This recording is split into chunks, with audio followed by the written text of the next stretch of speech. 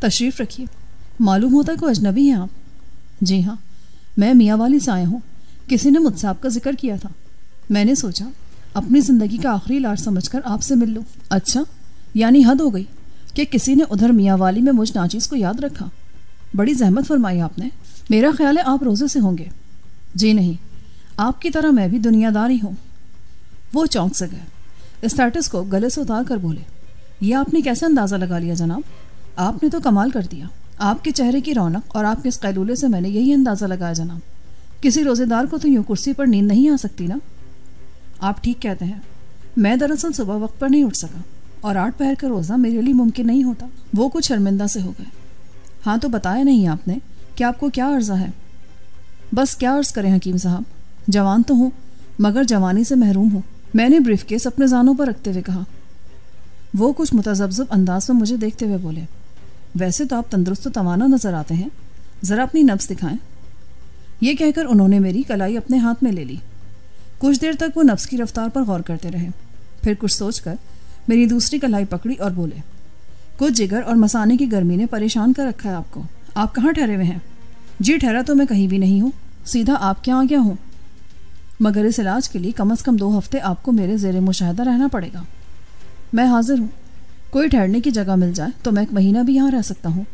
میں نے آپ کی بڑی شہرت سنی ہے حکیم صاحب۔ وہ تو ٹھیک ہے، مگر آپ ٹھہریں گے کہاں؟ اس چھوٹے سے قصبے میں کوئی ہوٹل نہیں ہے، یہ انتظام تو آپ کو ہی کرنا ہوگا جناب۔ میں تو پردیسی آدمی ہوں، مگر یہ تو بہت بڑا مسئلہ ہے جناب۔ علاج میں آپ کا ایسا کر دوں گا کہ بے شک اس کے بعد آپ 4 شادیاں کر لیں، مگر اگر آپ مناسب سمجھیں تو میں آپ کے ہی رہ لیتا ہوں۔ دیکھیں نا، یہ میری اور آپ کی طبی ضرورت ہے، میں آپ کو اخراجات کے لیے مناسب رقم دے دوں گا۔ کھانے اور رہائش کے لیے آپ کو میں 50 روپے روزانہ دے سکتا ہوں۔ میری یہ بات سن کر وہ حکیم عبدالکریم آرزو صاحب اچھل سے گئے۔ پتہ نہیں وہ کس طبیب کالج کے فارغ التحصیل تھے۔ وہاں بیٹھے بیٹھے دکان پر وہ کرسی میں اونگتے رہتے تھے، تخلص بھی کرتے تھے، جس کا مطلب یہ تھا کہ شاعری سے بھی وہ شغل فرماتے ہوں گے۔ کیا کہا آپ نے؟ آپ 50 روپے روزانہ کے دے سکتے ہیں؟ جی ہاں، یہ میری زندگی اور موت کا سوال ہے حکیم صاحب۔ اپنے علاج کے لیے میں سب کچھ کرنے کے لیے تیار ہوں۔ تو پھر ٹھیک ہے، غریب خانہ حاضر ہے، آپ کو میں الگ کمرے میں ٹھہرا لیتا ہوں، بس 15 دن میں آپ تاتاری گھوڑے جیسے ہو جائیں گے۔ یہ تو آپ کی بڑی مہربانی ہوگی جناب۔ یہ لیں، میں یہ 1000 روپے پیشگی حاصل کر دیتا ہوں، 500 علاج کے لیے اور 500 رہائش اور کھانے کے لیے۔ میں نے جیب سے 100 کے 10 نوٹ نکال کر ان کی طرف بڑھاتے ہوئے کہا۔ وہ انہوں نے فوراً ہی میرے ہاتھ سے اچک لیے۔ ماشاءاللہ، بڑے نئے نئے نوٹ ہیں آپ کے پاس۔ تو چلیں پھر، ابھی تو آپ میرے غریب خانے پر آرام فرمائیں اور کھانا بھی کھا لیں۔ یہ کہہ کر وہ کرسی سے اٹھ گئے۔ ان کے بدن میں ایک دم چستی پیدا ہو گئی تھی۔ اس رقم نے انہیں برقی توانائی عطا کر دی تھی۔ انہوں نے دکان کو اسی وقت تالا لگایا اور مجھے ساتھ لے کر اس عہد عتیق کے کسی کھنڈر پر کھڑے قصبے کے اونچے نیچے بازار میں سے گزرتے ہوئے ایک گلی میں مڑ گئے۔ ان کی عمر یہی کوئی 35-40 کے لگ بھگ تھی، صحت البتہ قابل رشک تھی، اور میرا خیال ہے کہ ان کی حکمت بھی اچھی ہی چل رہی ہوگی، اور 15-20 روپے وہ ہر روز مار ہی لیتے ہوں گے۔ گھر ان کا 2 منزلہ تھا، کسی ہندو کا متروکہ مکان ان کے ہتھے چڑھ گیا تھا۔ وہ مجھے نچلی منزل کے قدرے ٹھنڈے اور نیم تاریک کمرے میں بٹھا کر بولے، اب آپ سے کیا پڑھنا، آپ کو میرے ہاں مہمان کی حیثیت سے 2 ہفتے رہنا ہے۔ میں نے دراصل 3 شادیاں کر رکھی ہیں، بس ایسے ہی میرے مطب میں آنے والی کچھ خواتین زیادہ ہی آگے بڑھاتی ہیں، کچھ اس میں میرے علاج اور میری شخصیت کو بھی بہت دخل ہے، پھر 4 کی اجازت تو اللہ نے بھی دے رکھی ہے، میں نے ابھی تک بہرحال 3 کی ہیں۔ اللہ مالک حکیم صاحب، ایک آدھ ہی اور بھی امید رکھیں، اس کے گھر میں کس چیز کی کمی ہے؟ ویسے بھی آپ دیدہ زیب جوان ہیں، یہ آپ کی بادامی آنکھیں، یہ گورا چٹا سرخ رنگ، یہ گھنگریالی داڑھی، اور پھر آپ کے مشہور زمانہ کشتے۔ وہ خوش ہو گئے، میرے کندھے پر بے تکلفی سے ایک ہاتھ مارتے ہوئے بولے، بڑے دلچسپ آدمی ہیں آپ، اپنا نام نہیں بتایا آپ نے؟ میرا نام بزرگوار خان ہے، ذات کا پٹھان ہوں مگر بے کمان ہوں۔ وہ پھر ہنس دیے۔